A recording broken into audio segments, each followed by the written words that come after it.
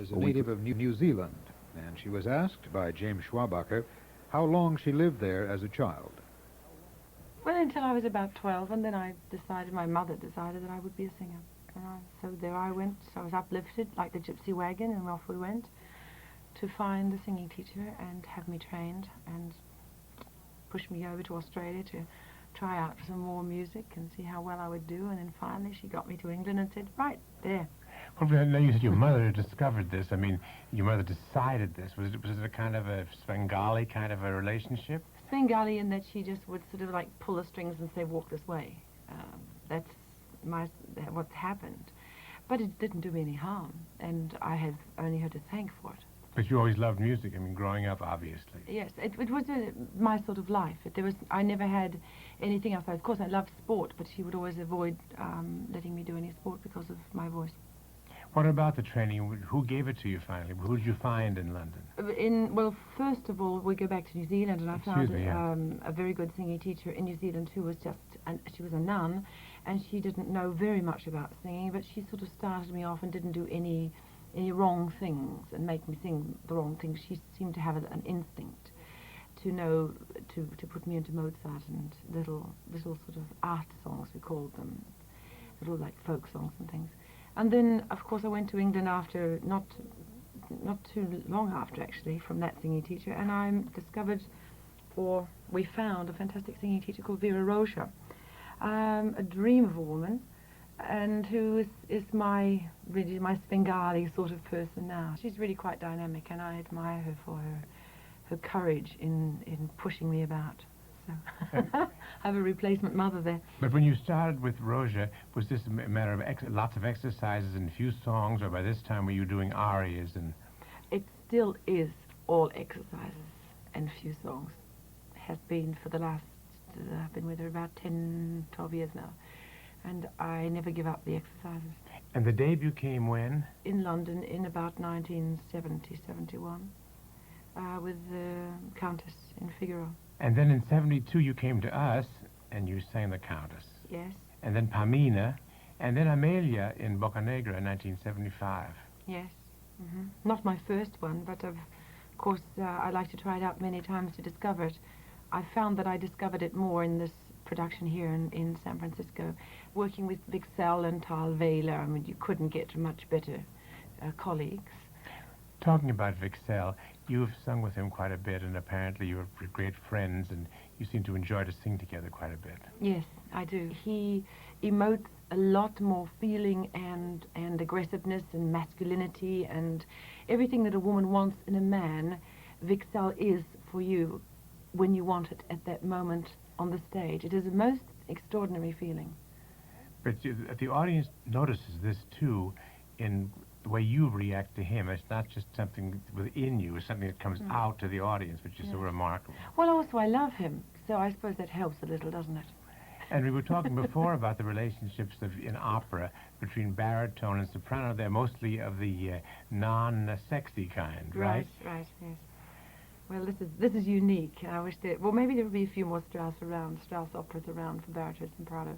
But it is a lovely feeling to work with this exciting high baritone sound, whereas the tenor, for my ears, is a freak sound. I beg your pardon? I love it, because it is a freak, it is. Sure, unnatural. Absolutely unnatural.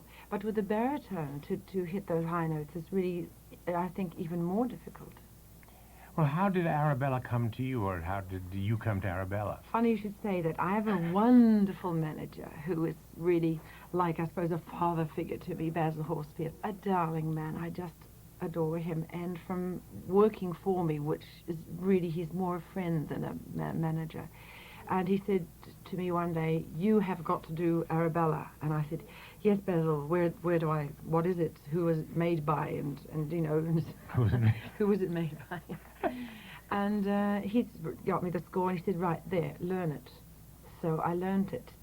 And the longer I learned it, the more impossible it became, because it's so difficult. I'm not just saying that because, you know, it's such a long opera. It is jolly difficult to learn. Now, is it the matter of just the intervals for the voice, or is it the combination of intervals with the orchestra? What is it? You're saying it all. I'm saying it all.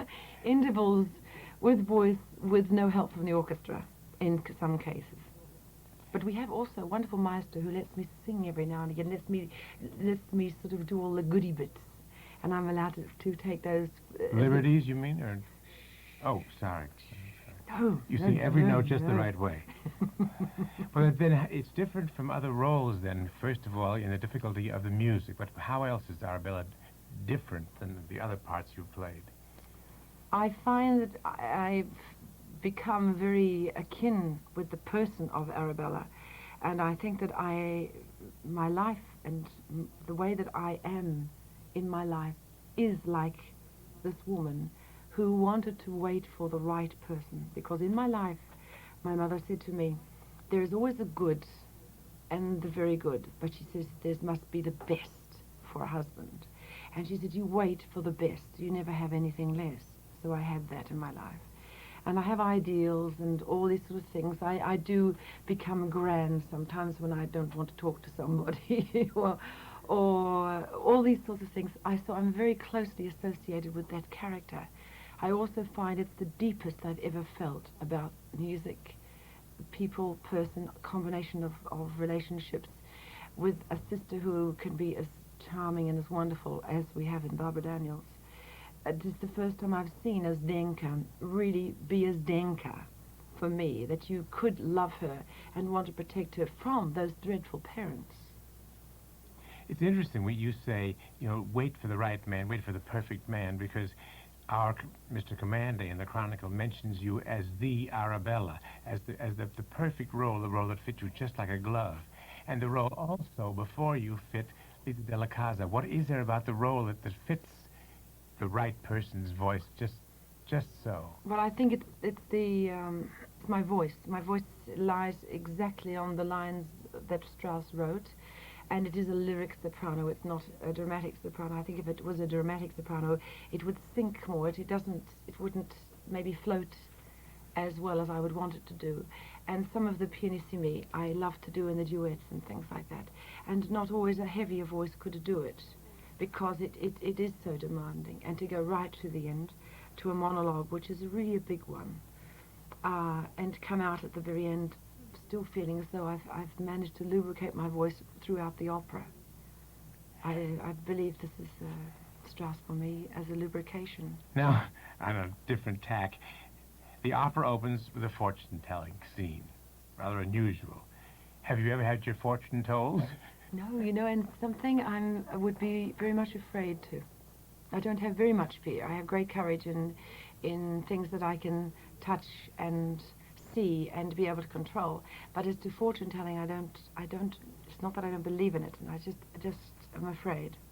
What about John Cox? Were you afeared of him, the stage director? No, we are very good friends. I've known him since I was a student, and we've always been good buddies. We have never any arguments, which is lucky, but many, many solid discussions. So once again, we go very deeply into her character. She, as Strauss saw her, with the way Strauss's life was constantly arguments with his wife, which you can hear in the music. And there's the tranquility of the music that I sing over the top of all that fury underneath. We talked about that a lot. We talked about less is more, which is in the movement. May I interrupt for 1 second? When you say movement, this is what is so impressive in your performance of this, in any role really, but this role especially. How do you translate the music into movement? You can't. You just can't. You can only believe that by standing there that you are moving, that you're saying all these words and singing all these phrases, and by not moving, by physically not moving, I am moving within myself. And not showing anything more than I can't. I honestly cannot believe that I should move any more than I am on the stage. And the same with Ingvar as well. We both believe so firmly in what John Cox has told us, that there's in our characters that we can't. We look at you, I look at you, and you look at me, and there's no need for us to move because we are in a deep conversation. That's beautifully expressed. And talking about beautiful expressions, I know you have two beautiful expressions in your children. Last time you were here, you didn't have any children. Now you have two. A miracle. Yes. When did you decide to have a family? I don't really know when I decided exactly, but I was singing around the world, going from hotel to hotel. My husband was working as a mining engineer around the world, going from hotel to hotel, and we really weren't getting together very much. And it was a very lonely existence. And suddenly I believed I couldn't have any children. I had many tests, as all women do. And I said, well, I am not going to be a frustrated woman without children. And as I'm already adopted myself, my husband said to me, okay, come on, let's do it. So 2 years later, we got our little daughter, and now we have a little son. Wonderful. And it's tiring, and today I could commit murder very happily, but I love them. Do you work less often now because of the children? No, I think I work twice as much. Oh, at the good, moment. great. But they're with me, you see. They come They are with with me, you. Yeah. So it has made a difference in your career, only that you feel more fulfilled all the way around, right? I'm happy. I really now don't have to go out to parties, and I don't have to socialize as much as I used to just to fill in time. I have so much to do with the children, and they want to discover so much. What do you value most in your personal life? Privacy, most of all. Privacy from the press, from your fans who are so many millions and Yes. so Oh, forth? they can have me in that time that I call is their time. But when I leave the theater and I get into the car and go home, that's when no one is allowed to intrude because the babies need me. Right. Wherever I go, my children go. Love me, love my children. Well, this must mean that you take very good care of your voice. Yes, except for screaming at them. That's Yeah. the only one small thing. But if you scream with real support, you'll be Brunhilde someday. It's true, maybe. But with my little son, he loves it when I sing. And he thinks it's so funny. He thinks Mama is just the funniest thing. Well, just thinking of care of voice, how do you go about choosing roles to sing? Now, you mentioned Basil Horsfield as one person who said you have to sing Arabella, but you obviously choose your own roles. Well, can I say that I don't? Because I really don't. Please say. I'm sorry to say that. I have so much to do. I have so much learning to do, concerts, recordings. There are now 5 recordings, I think, on the pipeline within the next 6 months. And that is hard. Then there's plus recital.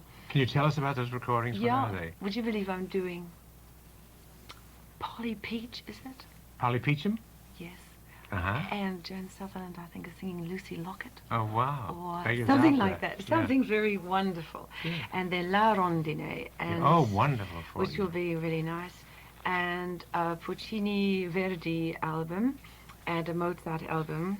And then there's Le Nozze di Figaro with Scholti, Wow. that will clear by the end of June next year. Can you hear yourself singing Marie and Wozzeck or some contemporary opera eventually? Later on, and I must say it will be very much later on, because I give myself another 10 years to be doing some really good singing. I really think that 10 years I should be in good peak form. But then I'm really interested in Yenufa, and not necessarily Wozzeck yet, because I've still many Strauss to discover, and Mozart. I would like to do Vitalia Wonderful and part. Electra in the Mozart operas, 2 of those Mozart operas. I think, doing Tosca. That's an which interesting is departure. Interesting departure it may be also from life itself, but it will be a try. Not meant that way, yes, sir. But it's a try, and if it doesn't work, well, then I don't have to do it again. And I'm also now going to learn, of course, Rosenkavalier, and Romeo and Juliet is in the pipeline for April, May next year in Paris. Now, that's interesting. Those are 2 contrary Yeah. roles. One is going to wipe out the other. I can see it, Lots of immediately. coloratura, for example. Are you used to doing that? No, I can do coloratura. That's no problem. No, there's no problem. I think that I have more problem with Tosca. But there I go, honesty again, and I'll go kill myself. No, but you're a lyric with a great deal of warmth and a certain size that Yes. certainly should be fine for Tosca. And also, if you're doing an opera that is built around you, you do it with your sort of lyric voice or lighter voice, and not into, say, if you followed into a Callas Tosca, then you must sing Oh, it yes. in the style that it was written and built around. And like a new production. It's been a wonderful day for me because I've dignified. And you've only mentioned one comic opera that you will do, and that, of course, will be the Beggar's Opera. Yeah. Well, that's only on recording. Though, right. Do you have any plans to do anything in the more comic vein, something that really would fit your sparkling personality? Well, I'm looking for it. I did Fledermaus, which was the start. And then I will maybe go to... I'm not sure yet. Merry Widow is... I'm not so keen on that. But I think really I am like a sort of a two-person person. And I rather like being a fool, being private. Not a fool, delightful person to interview, I'll tell you that. Let's say clown. Because they have many funny things. Because just a few weeks ago, we had a gala at Covent Garden where they auctioned everything. They auctioned Prince Charles's cello. And of course, there was a wonderful ballerina who danced Swan Lake. She was beautiful. It was absolutely beautiful. Then they played on his cello, and it was auctioned later. So I was wheeled in a Rolls-Royce cardboard cutout with David Wall, who was one of our best dancers from the Royal Ballet. And I was done up in some get-up with a big white stole singing, I could have danced all night while he danced. And I really did. I got out there in a fantasy world, and I thought, I am Shirley Bassey. And I believed it. And my husband said, I like that. I really like this. Just give up Arabella. You know, do these sort of things. This is fun. It was too. And I must tell you the last one. The funniest thing I ever did was in Fledermaus we were doing, there's a section that you can come in and you can, do a little sort of star bit. So on the final one, and the Queen Mother was there, of course, I came out and they said, they announced that, oh, there's somebody who just come, that's just arrived who will sing. Oh, and ladies and gentlemen, I must go into my Antipodean accent. Would you believe it? Kiri going to sing For St. Louis from La Traviata. And I came out in Tyrolean mountain climbing gear, with horn, rope, climbing boots, live goat, and sang Climb Every Mountain. Kiri to Kanawa, what more can we say to you? What more can we ask you? You told it all. Thank you very much. You're welcome.